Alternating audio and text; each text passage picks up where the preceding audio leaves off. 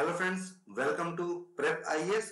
दोस्तों, आज इस वीडियो में हम यूपीएससी सिविल सर्विस प्रीलिम्स के पिछले 5 सालों के साइंस एंड टेक्नोलॉजी के सेक्शन को एनालाइज करने वाले हैं। तो चलिए दोस्तों, शुरुआत करते हैं आज के वीडियो की। पिछले 5 सालों में साइंस एंड टेक्नोलॉजी के सेक्शन से टोटल 53 क्वेश्चंस पूछे गए हैं। मींस ऑन एन एवरेज हर साल 10 से 11 क्वेश्चंस पूछे जाते हैं। एंड अगर हम पिछले 3 साल का ट्रेंड देखें तो ये नंबर्स बढ़ रहे हैं। दोस्तों, मेरा ऐसा मानना है कि आने वाले सालों में इस सेक्शन से नंबर ऑफ क्वेश्चंस बढ़ेंगे, क्योंकि ये नीड ऑफ द आवर है। समय के साथ एडमिनिस्ट्रेशन में टेक्नोलॉजी का यूज बढ़ रहा है एंड एक ऑफिसर से इतनी एक्सपेक्टेशंस तो होती है कि वो साइंस एंड टेक्नोलॉजी के बेसिक्स को समझ सके। एंड दोस्तों, अगर आपका ऐसा मानना है कि आपके बैकग्राउंड से इस सेक्शन पे फर्क पड़ता है, तो यह केवल एक कोरी परिकल्पना है जिसका वास्तविकता के साथ कोई भी संबंध नहीं है। अगर आप सिलेबस की बाकी चीजों को समझ सकते हैं तो आप यकीन मानिए, आप किसी भी बैकग्राउंड के हो, आप साइंस एंड टेक्नोलॉजी के क्वेश्चंस को भी आराम से हल कर पाएंगे। दोस्तों, अगर हम पिछले 5 सालों के क्वेश्चन को डिफिकल्टी के आधार पर डिवाइड करें तो हम पाते हैं कि आउट ऑफ 53 क्वेश्चंस 24 क्वेश्चंस ऐसे थे जो कि आसान थे, 14 क्वेश्चंस ऐसे थे जो कि मीडियम कैटेगरी के थे एंड रिमेनिंग 15 क्वेश्चंस ऐसे थे जो कि डिफिकल्ट कैटेगरी के थे। दोस्तों, पिछले वीडियो में एक स्टूडेंट का कमेंट आया था कि गुरुजी आप ये तो बता दीजिए कि ये आपके अकॉर्डिंग डिफिकल्ट है या हमारे अकॉर्डिंग। तो friends, let me make it very clear to you कि इस तरह के एनालिसिस हमेशा जनरल लेवल पे होते हैं, ना कि इंडिविजुअल लेवल पे। क्योंकि जरूरी नहीं कि अगर कोई क्वेश्चन एक्स कैंडिडेट के लिए आसान है तो वो वाई कैंडिडेट के लिए भी आसान होगा। हो सकता है उसके लिए वो मीडियम हो या फिर डिफिकल्ट हो। इसलिए नंबर ऑफ क्वेश्चंस के साथ साथ मैं आपको परसेंटेज वाइज डाटा भी दे रहा हूं ताकि आप ट्रेंड को समझ सकें। एंड फ्रेंड्स, मैं फिर से इस चीज को रिपीट कर रहा हूं कि आसान क्वेश्चंस वो हैं जिनको एक सिंसियर कैंडिडेट जिसने ठीक ठाक पढ़ाई की है वो आराम से सॉल्व कर सकता है। एंड मीडियम कैटेगरी के क्वेश्चंस वो हैं जिनको आप सॉल्व तो कर सकते हैं, बट उनको सॉल्व करने के लिए आपको या तो एडिशनल दिमाग लगाना होगा या फिर आपको एलिमिनेशन वगैरह करना होगा। एंड डिफिकल्ट क्वेश्चंस वो हैं जो या तो आपको बिल्कुल भी नहीं आते हैं या फिर आपको एडिशनल इंफॉर्मेशन की आवश्यकता होगी उस क्वेश्चन को सॉल्व करने के लिए। अगर हम इसे चार्ट के माध्यम से समझें तो हम पाते हैं कि 45% क्वेश्चंस ऐसे थे जो कि आसान थे, 27% क्वेश्चंस ऐसे थे जो कि मीडियम कैटेगरी के थे एंड रिमेनिंग 28% क्वेश्चंस ऐसे थे जो कि डिफिकल्ट कैटेगरी के थे। मींस दोस्तों, आपको 55% क्वेश्चंस को सॉल्व करने में थोड़ा एक्स्ट्रा मेहनत करनी होगी। तो फ्रेंड्स, इससे क्या कंक्लूजन निकलता है? नंबर 1 कि आप लगभग 50% क्वेश्चंस आराम से सॉल्व कर सकते हैं।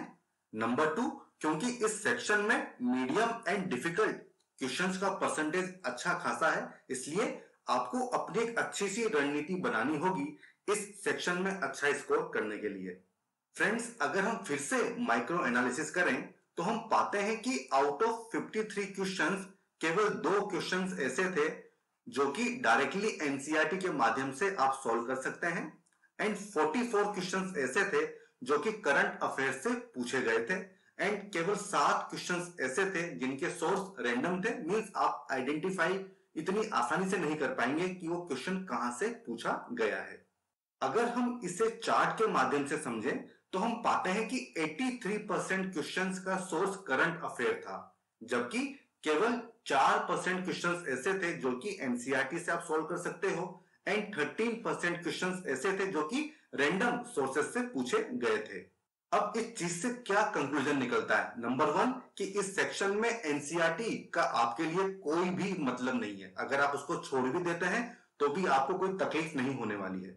नंबर 2, इस सेक्शन में maximum questions means more than 80% question directly current affair से पूछे जाते हैं, इसलिए ये एक डायनामिक सेक्शन है। फ्रेंड्स, अगर हम इसका फर्दर माइक्रो एनालिसिस करें तो हम पाते हैं कि आउट ऑफ 53 क्वेश्चंस 34 क्वेश्चंस ऐसे थे जिसमें मल्टीपल स्टेटमेंट्स दिए गए थे और एक या उससे ज्यादा स्टेटमेंट सही हो सकता था, जबकि 19 क्वेश्चंस ऐसे थे जो कि सामान्य क्वेश्चंस थे, 4 स्टेटमेंट दिए गए हैं एंड केवल एक ही स्टेटमेंट आपको चूज करना होगा। अगर हम इसे चार्ट के माध्यम से समझे तो हम पाते हैं कि 64% क्वेश्चंस ऐसे थे जहां पे मल्टीपल स्टेटमेंट्स करेक्ट थे, जबकि 36% क्वेश्चंस ऐसे थे जहां पे केवल सिंगल स्टेटमेंट ही सही था। दोस्तों, इस चीज के फायदे भी हैं एंड नुकसान भी हैं। फायदा क्या है कि आप ऑप्शन को एलिमिनेट करके एक डिफिकल्ट क्वेश्चन को भी सॉल्व कर सकते हैं। एंड नुकसान क्या है कि आपको हर टॉपिक को डेप्थ में जाके पढ़ना होगा। दोस्तों, इस सेक्शन में कुछ इंपॉर्टेंट एरियाज हैं जहां पे आपको एडिशनल फोकस देना होगा। इन एरियाज से यूपीएससी ज्यादा क्वेश्चंस पूछती है, जैसे कि रिसेंट डेवलपमेंट्स इन टेक्नोलॉजी, जो भी रिसेंट एडवांसमेंट हो रहे हैं या नई नई टेक्नोलॉजी आ रही है उसके बारे में आपको एडिशनल फोकस देना होगा। स्पेस टेक्नोलॉजी, आपको सैटेलाइट्स, रॉकेट लॉन्चर्स, प्रोजेक्ट्स के बारे में हर चीज पता होनी चाहिए। Artificial intelligence and digital technology, जैसे कि digital signature. Then gravitational waves, universe, black holes, इसके बारे में आपको अच्छी खासी नॉलेज होनी चाहिए। Then communication technologies, for example LiFi, VLC, इस पे क्वेश्चन पूछा जा चुका है। देन बायोटेक्नोलॉजी, फॉर एग्जांपल आपको DNA, RNA, CRISPR Cas nine, 3 parent baby, genome sequencing, इस तरह के कॉन्सेप्ट्स आपको क्लियर होने चाहिए। देन मेडिकल फील्ड में आपको रिसेंट वायरसेस, बीमारियों, वैक्सीन, एएमआर जैसे कॉन्सेप्ट के बारे में हर चीज पता होनी चाहिए। Then technological development in agriculture, दोस्तों जीएम मस्टर्ड के ऊपर क्वेश्चन पूछा जा चुका है। एंड फ्रेंड्स, सबसे लास्ट में टेक्नोलॉजी से संबंधित government schemes, for example Kusum योजना लॉन्च हुई थी एंड इस साल आपने देखा होगा कि सोलर पंप्स के ऊपर क्वेश्चन पूछा गया है। दोस्तों, अब सवाल उठता है कि इस सेक्शन में हमें किस तरह से प्रोसीड करना चाहिए। तो दोस्तों, सबसे पहले आप एनसीईआरटी को स्किप कर सकते हैं। इस सेक्शन के लिए किसी भी स्टैंडर्ड बुक की जरूरत नहीं है। इस सेक्शन में केवल करंट अफेयर से जुड़े हुए सवाल पूछे जाते हैं एंड उसी तरह से आपको इन्हें तैयार करना है। इसके लिए आप किसी भी एक रेप्यूटेड इंस्टीट्यूट की मैगजीन को फॉलो कर सकते हैं, द हिंदू न्यूज़पेपर को फॉलो कर सकते हैं। इसके अलावा जो भी की वर्ड्स न्यूज में आते हैं उसको आप इंटरनेट के माध्यम से सर्च कीजिए, उस पर नोट्स बनाइए। एंड क्योंकि मल्टीपल स्टेटमेंट वाले क्वेश्चन ज्यादा पूछे जाते हैं तो आप हर की टर्म पे 3-4 इंपॉर्टेंट पॉइंट प्रिपेयर कीजिए। इसके अलावा जैसा कि मैंने आपको पहले बताया, साइंस एंड टेक्नोलॉजी से रिलेटेड गवर्नमेंट स्कीम्स आपको अच्छे से तैयार करनी है। एंड दोस्तों, सबसे इंपॉर्टेंट है मॉक्स।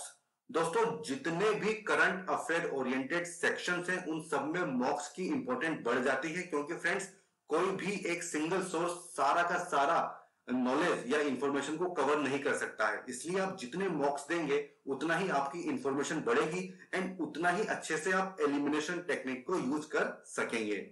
आई होप दोस्तों आपको हमारा आज का वीडियो अच्छा लगा होगा। हम फिर मिलेंगे एक नए वीडियो के साथ। तब तक के लिए गुड बाय।